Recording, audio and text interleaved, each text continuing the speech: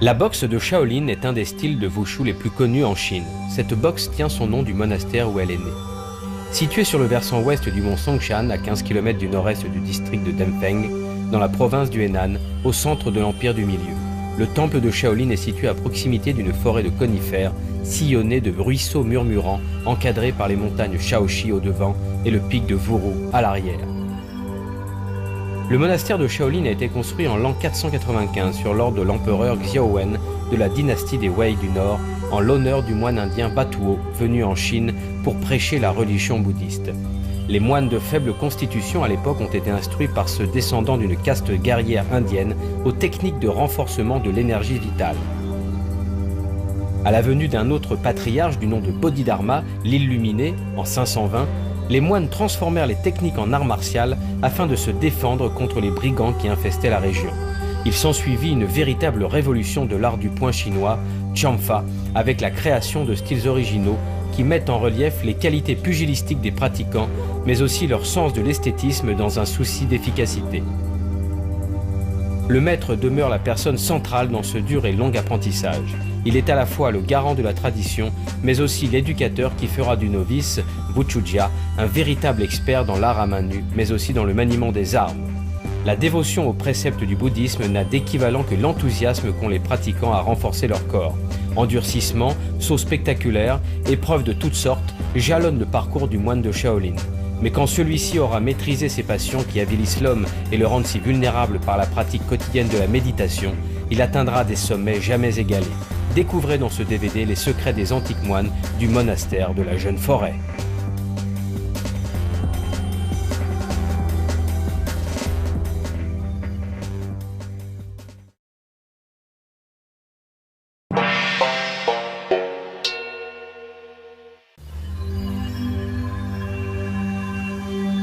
Le travail de l'énergie interne permet de domestiquer les forces de la nature en les reformulant dans une expression martiale.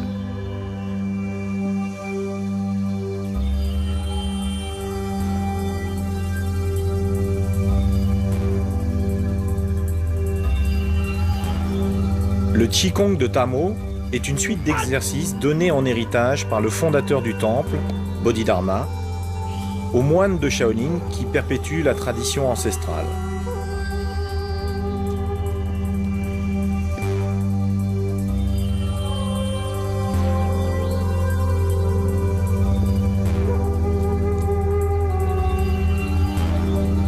Le Qigong est une composante essentielle du Kung Fu. On maîtrise son énergie par l'esprit, on peut faire circuler cette énergie dans l'ensemble du corps en rendant certaines parties quasiment invulnérables.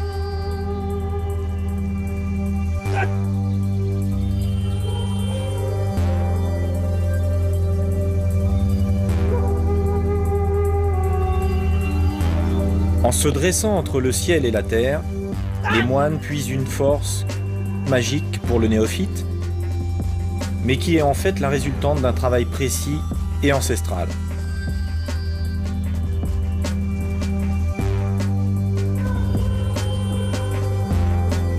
Un célèbre moine du nom de Haiten Fassi se rendit célèbre en démontrant sa capacité à tenir en appui renversé les pieds au mur sur un seul index.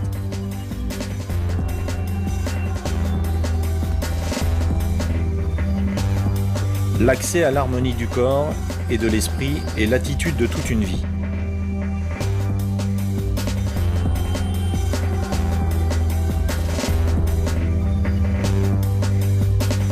Tout commence et tout finit par le Qigong.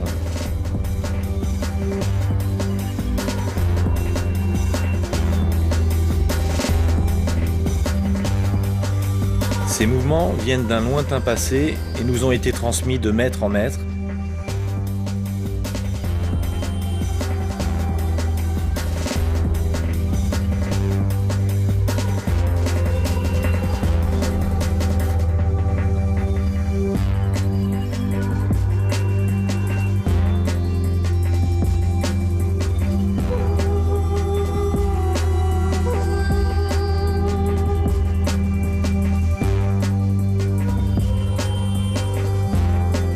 Les forces de la nature sont entretenues dans une gestuelle symbolique qui permet de drainer l'énergie à l'intérieur du corps par les méridiens.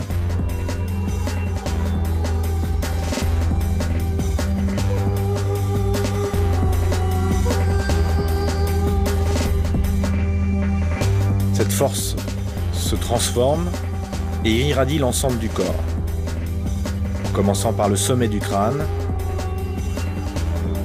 et en descendant le long de la colonne vertébrale, jusqu'au point essentiel de l'énergie qui est le point Chi-Hai, la mer du souffle.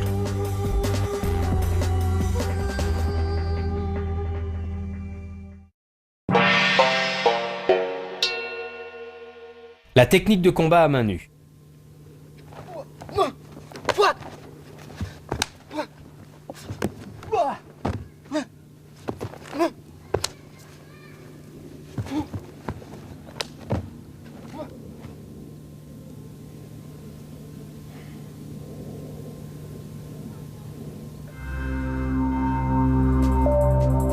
La boxe de Shaolin représente une variante régionale de ce que l'on dénomme le Changquan, long point du Nord. Pendant 1500 ans, la technique martiale de Shaolin se perfectionna en cultivant avant tout les techniques de défense et non d'attaque, pour des raisons religieuses évidentes. Calme et rapidité, don d'observation, aptitude à réagir aux mouvements mesurés et attaque rapide comme l'éclair constituent le fondement de tous les arts de combat souples ou durs.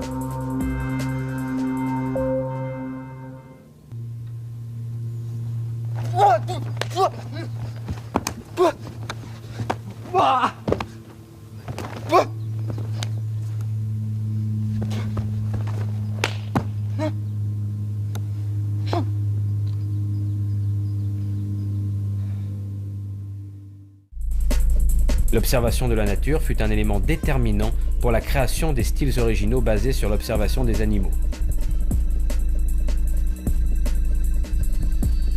Il en découla une multitude de systèmes qui reproduisaient les mouvements du tigre, du serpent, de la grue, du léopard et du dragon, animal imaginaire mais dont la mythologie est riche en enseignements.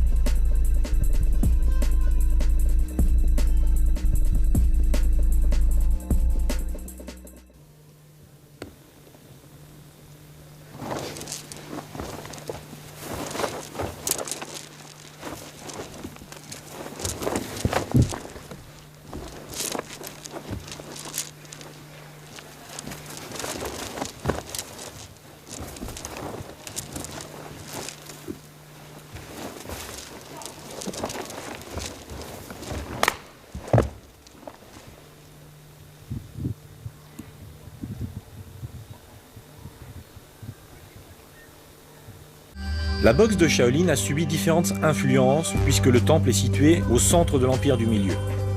Aussi, il est tout naturel que l'on retrouve des caractéristiques techniques de la boxe du Nord, Shangquan, pour les techniques de jambes, et de la boxe du Sud, Nanquan, pour les techniques de bras. Sans oublier les styles internes puisque le Tai Chi Chuan est né dans cette province, dans le village de Xianjiago, à 50 km de Shaolin. La boxe de Shaolin a aussi des formes qui lui sont propres. Son jeu est caractérisé par la rapidité, la vigueur, l'agilité et l'efficacité de ses mouvements. Nous découvrons ici la forme dite Da Hong Chuan, boxe du Grand Rouge, qui met en œuvre les techniques les plus représentatives du style de Shaolin ancestral. Les positions typiques ramassées sur soi avec une détente rapide des membres vers l'adversaire, les coups de pied sont nombreux, sont donnés essentiellement en ligne basse et à de rares fois au niveau du visage. Il existe environ 300 séries enchaînées qui sont pratiquées dans toute la Chine.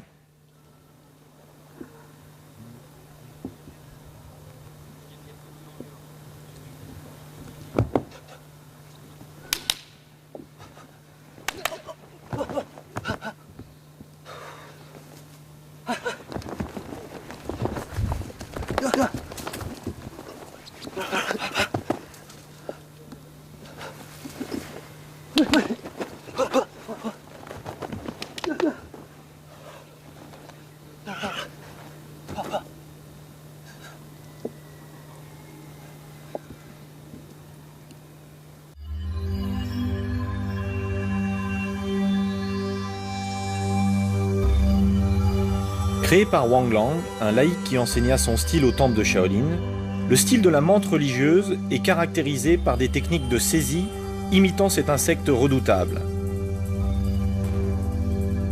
Les mouvements en arc de cercle rapides sont faits pour déstabiliser l'adversaire et le désorienter dans des attaques fulgurantes, lui laissant que peu d'issue.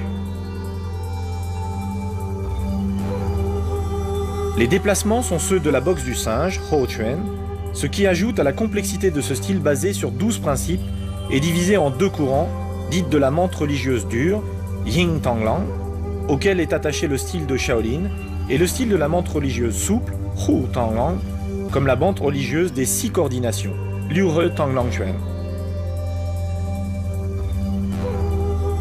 Le style de la menthe religieuse est originaire de la province du Shandong, une province limitrophe du Henan, siège du temple de Shaolin.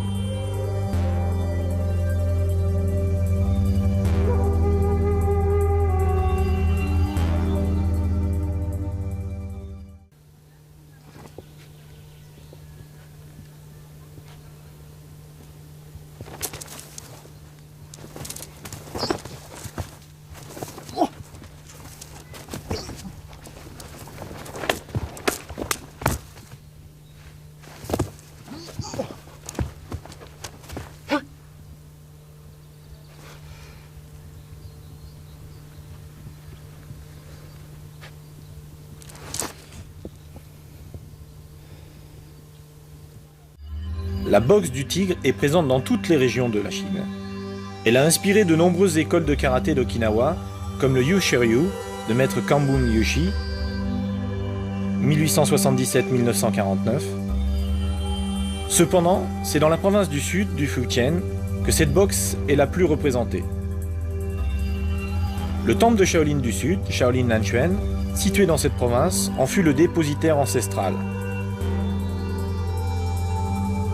Cette boxe aime à contrôler le bras adverse d'une main, tandis que l'autre attaque l'adversaire pour l'empêcher toute forme de repli. La forme caractéristique de la main, Hu Tua, les doigts repliés en forme de griffe, est typique de cette école qui nécessite un gros travail de renforcement des doigts.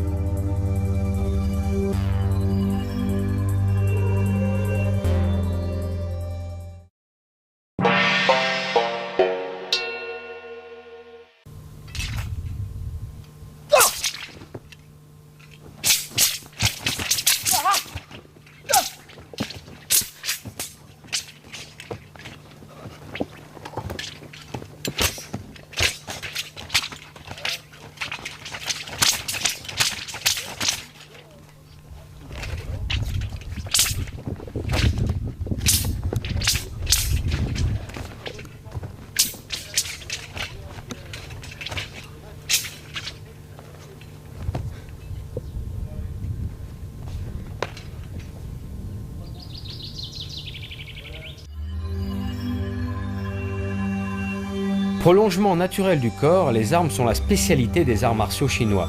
Le style de Shaolin ne déroge pas à cette règle et en utilise 18 principales que l'on peut classer en 5 catégories. Les armes courtes, telles le sabre et l'épée. Les armes longues, comme le bâton, la lance et la hallebarde. Les armes articulées, souples, comme le tribâton, la corde météore ou le fouet. Les armes doubles, telles le double sable à crochet, les doubles poignards, le sabre et le bouclier. Et enfin, les armes de jet, comme les fléchettes, les dards, les étoiles.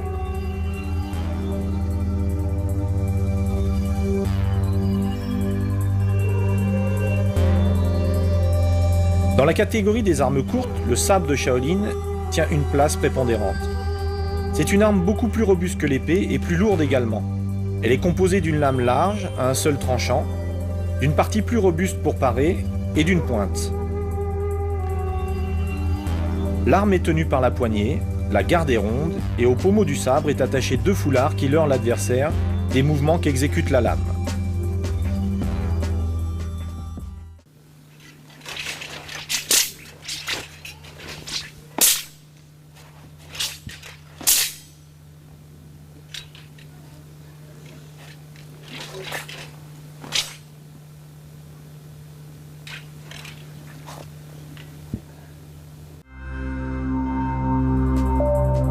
Avec le sabre, on peut dévier, bloquer les attaques de taille ou des stocks de l'adversaire.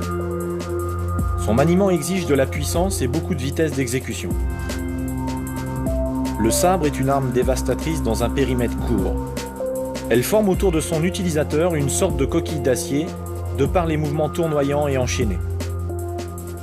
Cette arme était souvent utilisée par les fantassins.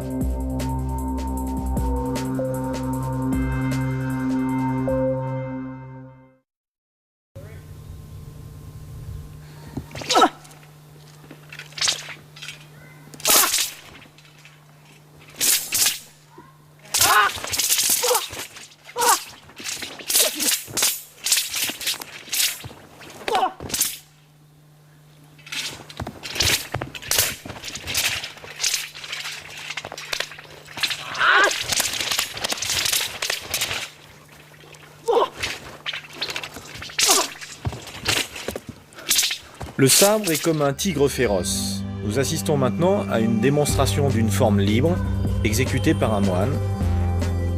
On retrouve les techniques principales de pique, de coupe, de taille, de blocage et de tournoiement. La vélocité des mouvements, la rapidité de l'exécution est ponctuée par de nombreux sauts. La dextérité du pratiquant est mise à rude épreuve avec des techniques de haute envolée.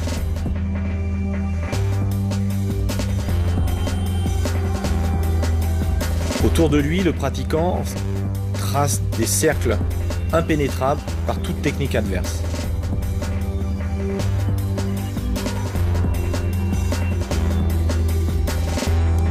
La vitesse d'exécution et la précision sont des qualités inhérentes à la pratique du sabre.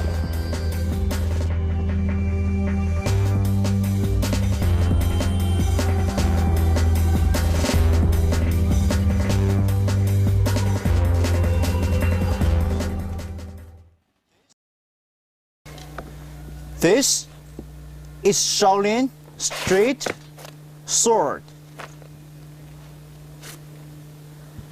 This weapon is very sharp. Everybody can see it. It's very flexible.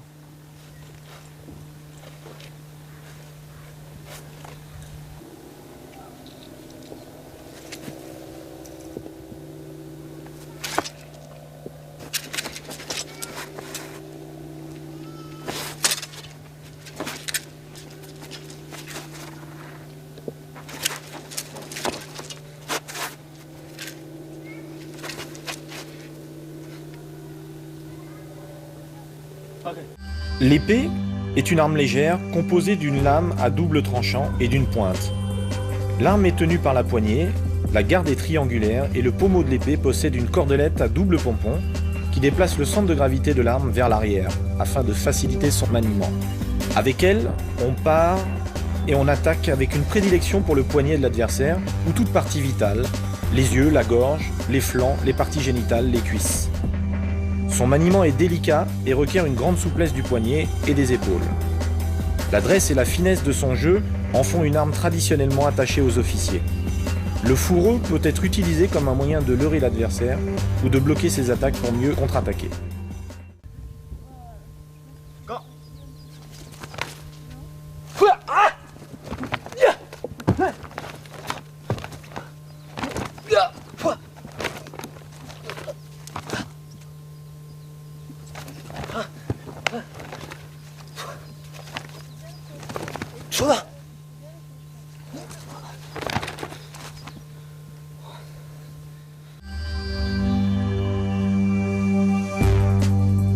Le sabre à crochet. Tanko.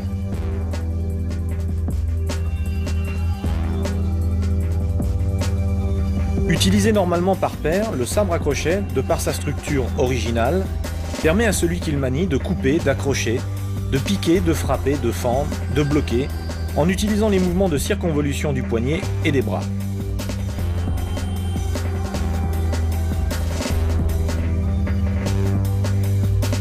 Cette arme redoutable servait entre autres aux fantassins contre les cavaliers qui les chargeaient.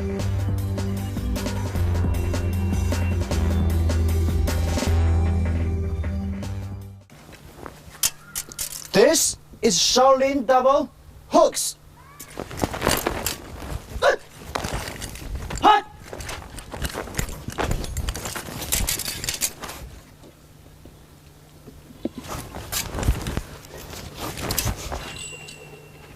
Shuango double hooks. Hua.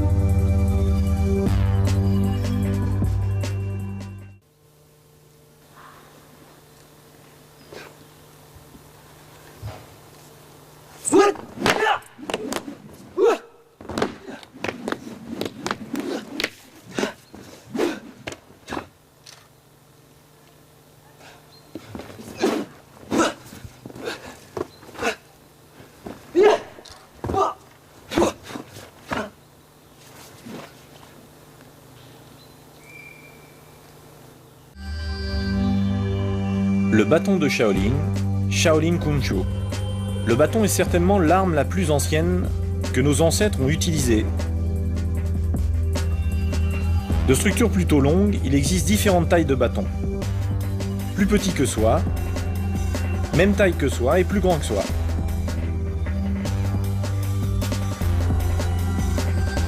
Le bâton peut à longue distance piquer, fendre, balayer, tourner et à courte distance percer, frapper, se détendre et malaxer.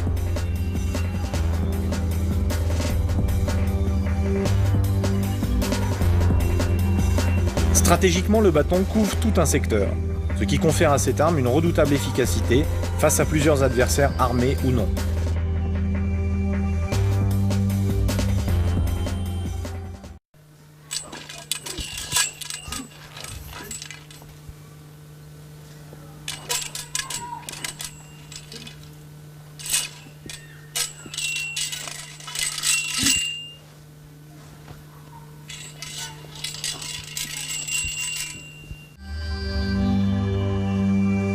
Le bâton métallique, Qin-kun. Le bâton métallique est une particularité des moines de Shaolin qui perpétue là la tradition selon laquelle ils firent fuir les barbares du nord de la tribu des Éleutes qui en voulaient à l'Empire. Selon la légende, les 108 moines valeureux utilisèrent toutes les ressources de l'art mystérieux du bâton de Shaolin pour mettre les envahisseurs en déroute.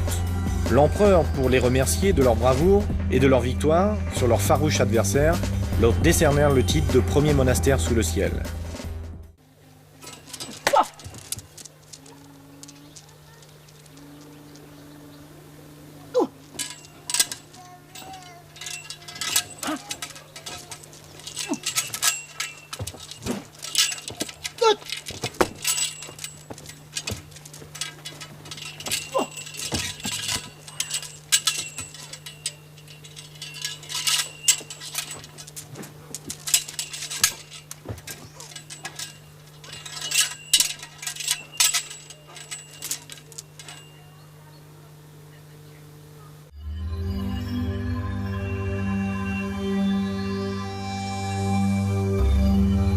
bâton de l'homme ivre. Tsui Kun Shu.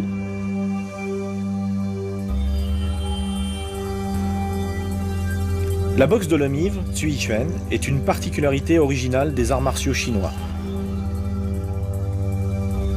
Il n'existe aucune équivalence dans d'autres traditions martiales. Cette boxe aurait été créée par un certain Li Po, buveur invétéré qui aurait structuré ce style de combat qui permettait à l'homme éméché de pouvoir livrer combat en toute quiétude.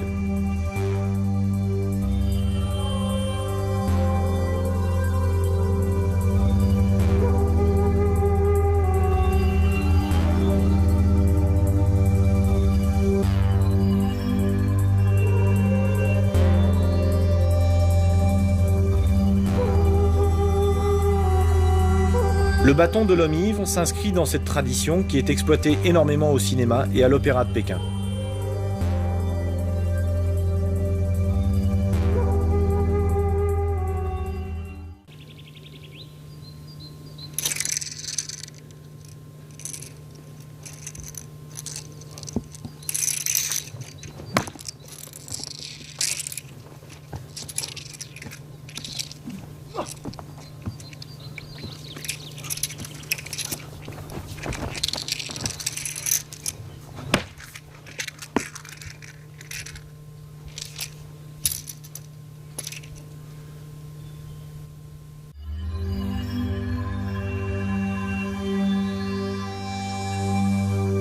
La lance. Shaolin Tianzu.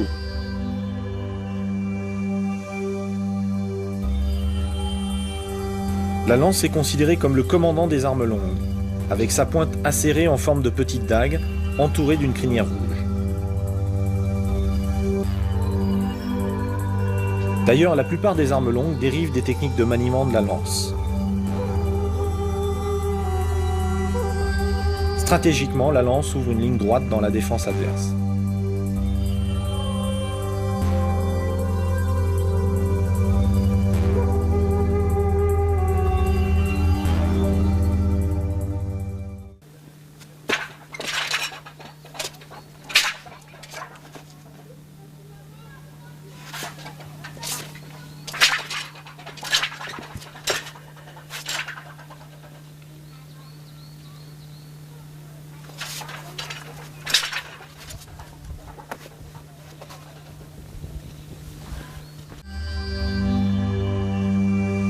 La hallebarde. Shaolin Putao.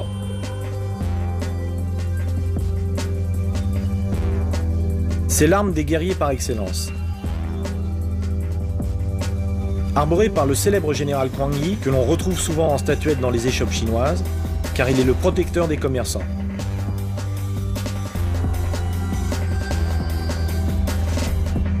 La hallebarde est le croisement réussi d'un sabre et d'un bâton. D'ailleurs, il en possède des caractéristiques techniques. Son maniement recommande une grande habileté et une grande force.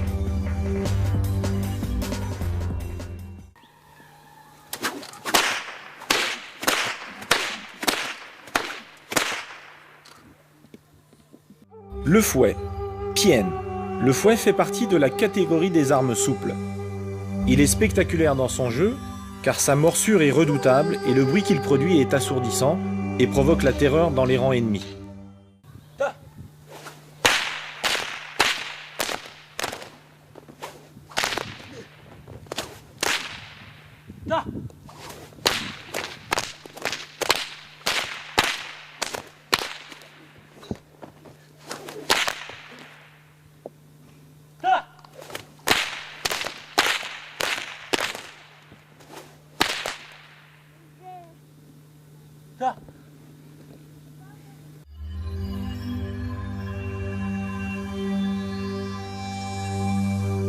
Le fouet à deux.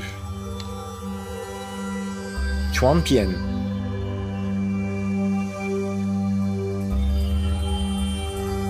Ce sont les mêmes caractéristiques qui prévalent dans le maniement du double fouet.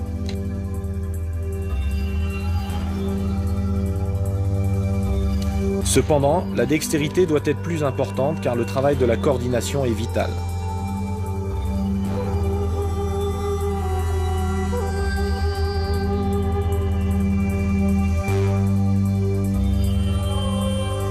En fait, cette arme vient des cavaliers qui l'utilisaient pour conduire les chevaux et endiguer les troupeaux.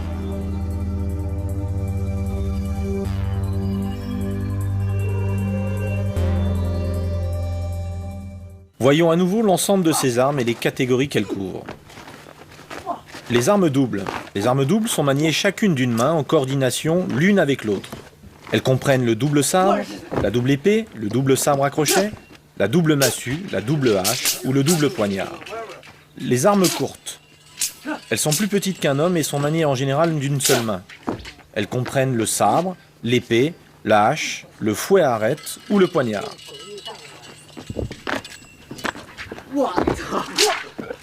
Les armes longues. Elles sont plus grandes qu'un homme et sont maniées des deux mains.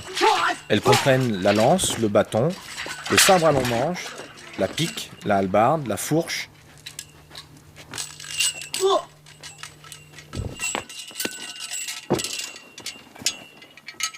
Okay. Slowly, please. Slowly, man. Slowly, please. Slowly, man.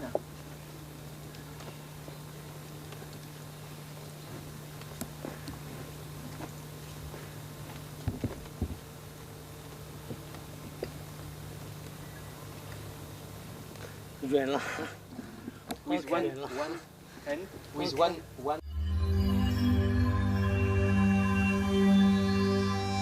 Le bâton fait partie de la catégorie des armes longues. La taille du bâton se mesure de la façon suivante. La pointe du bâton étant au sol, elle doit dépasser votre tête de la hauteur d'un point. Les 5 stratégies du bâton sont estoc, tournoiement, blocage, coupe et frappe. Les 12 manœuvres du bâton sont couper, fendre, accrocher, pointer, soulever, trancher, parer, balayer, arrêter, pousser, transformer et transpercer.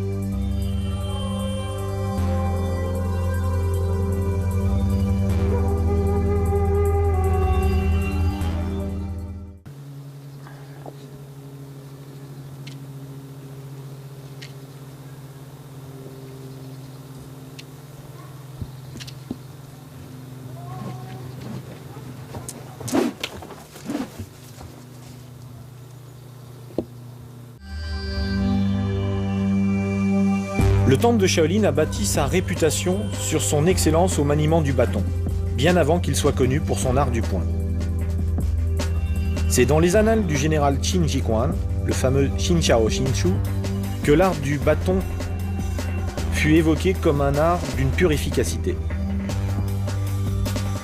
Cette réputation est liée également à un fait d'armes historique, où les 108 moines sauvèrent l'empereur des Tang, des barbares qui menaçaient le trône.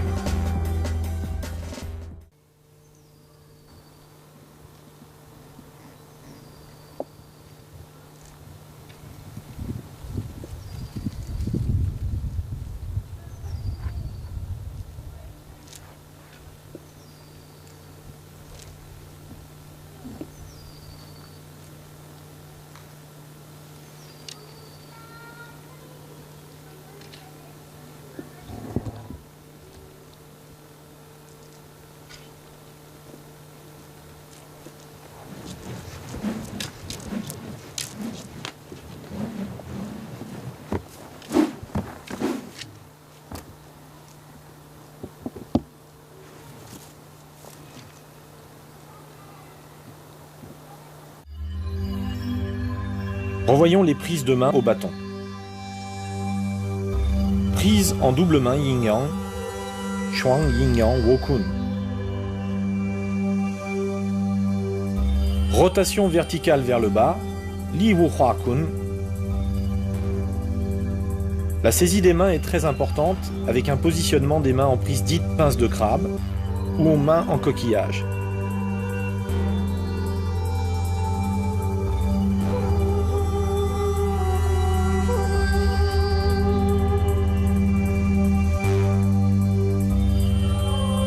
Rotation de base à une main, Tansho, vers le haut, Man Wu Lia Kun.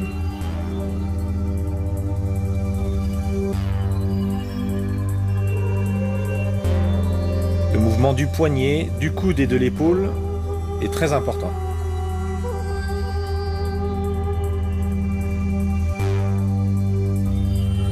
Enchaînement en rotation verticale vers le haut, alterné avec une rotation verticale vers le bas. Même exercice avec une rotation du corps pour changer de direction.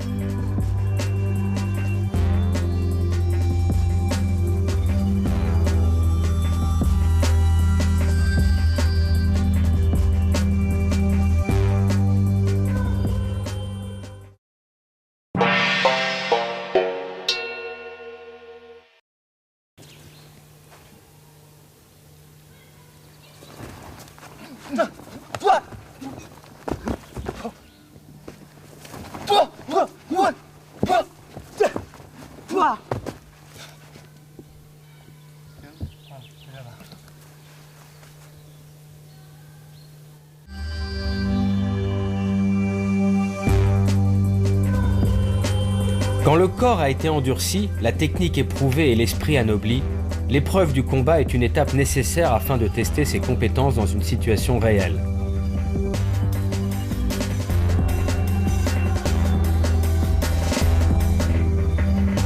Le travail individuel fait place alors au combat contre un ou plusieurs adversaires, armés ou non.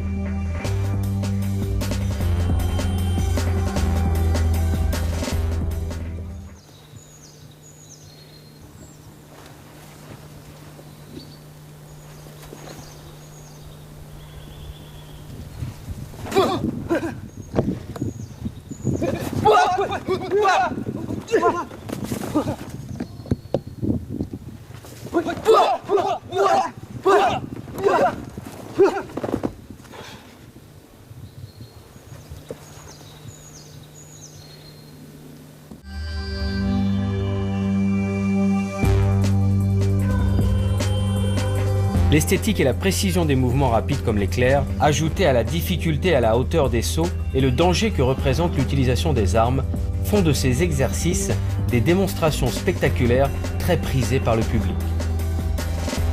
On comprend pourquoi les duels représentent l'essentiel du savoir martial, concentré dans une courte séquence où prouesse technique et force physique appuyée par un mental clairvoyant donnent des résultats spectaculaires en perpétuant la réputation d'invulnérabilité des moines de Shaolin.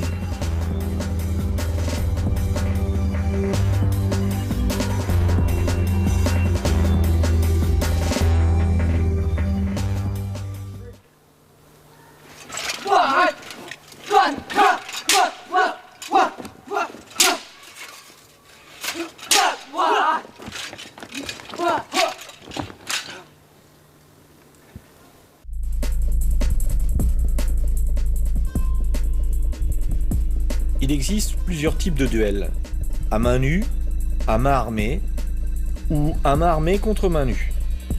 Nous assistons maintenant à une démonstration de combat de deux pratiquants munis de deux sabres.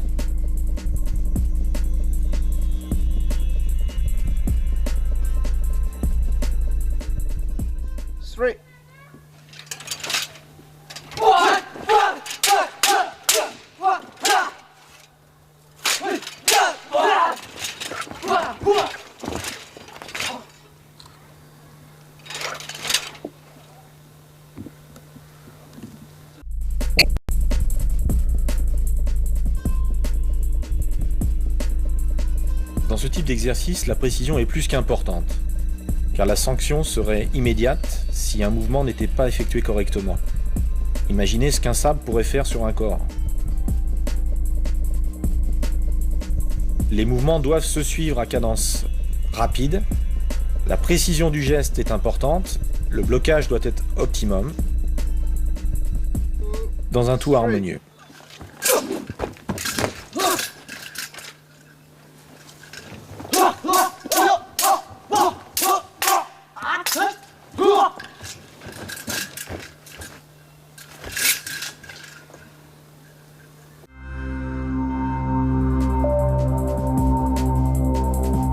Nous assistons maintenant à un duel arme longue contre arme courte, épée contre bâton.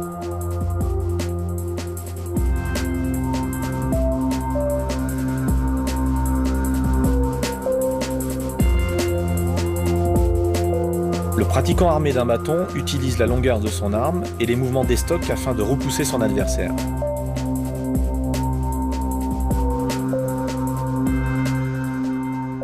Straight.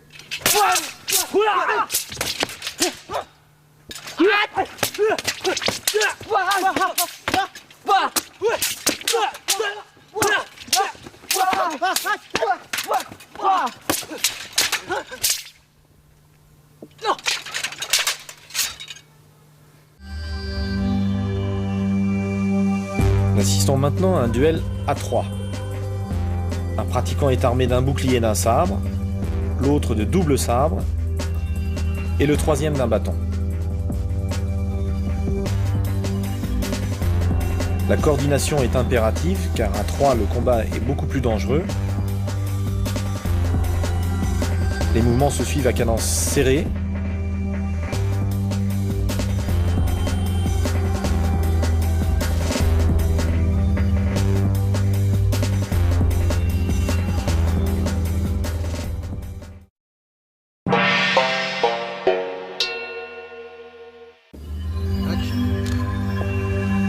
Le Qigong de Damo en groupe ou forme méditative de recentrage.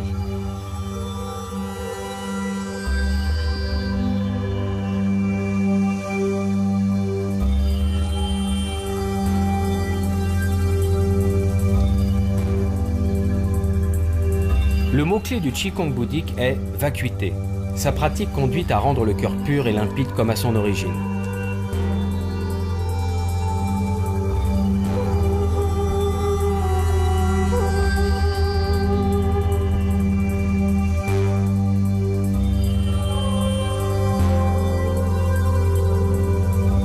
Il a pour objectif de calmer l'esprit par rapport aux agressions extérieures, mais aussi au dialogue interne tourmenté que notre esprit peut avoir parfois et qui entrave le flux énergétique, le Qi, qui circule dans notre corps.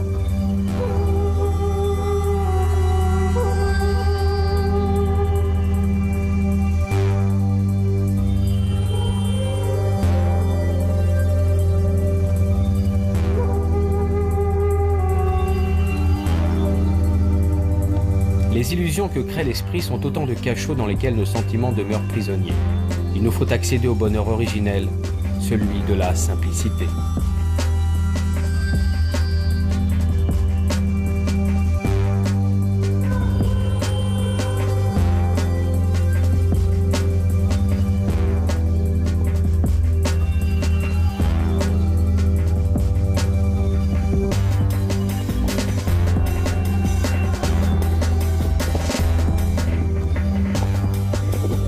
L'esprit régit le corps et peut tout obtenir de lui, et plus encore, tout lui donner.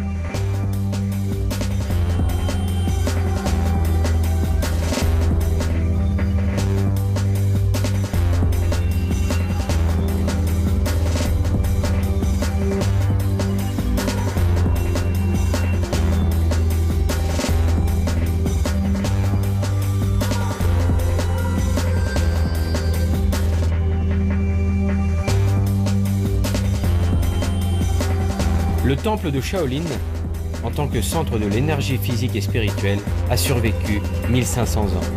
Ces exercices uniques de Kung Fu remportent un véritable triomphe de par le monde.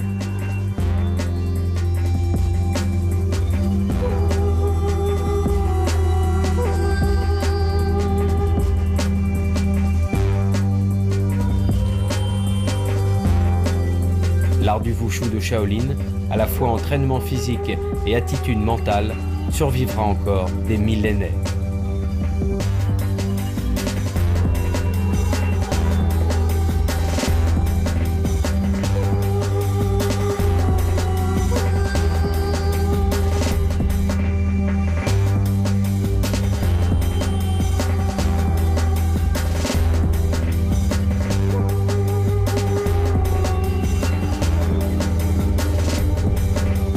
Même si les époques changent en apparence, ce qui ne changera pas, c'est la recherche de l'harmonie des forces de l'intérieur, couplée avec l'énergie extérieure maîtrisée.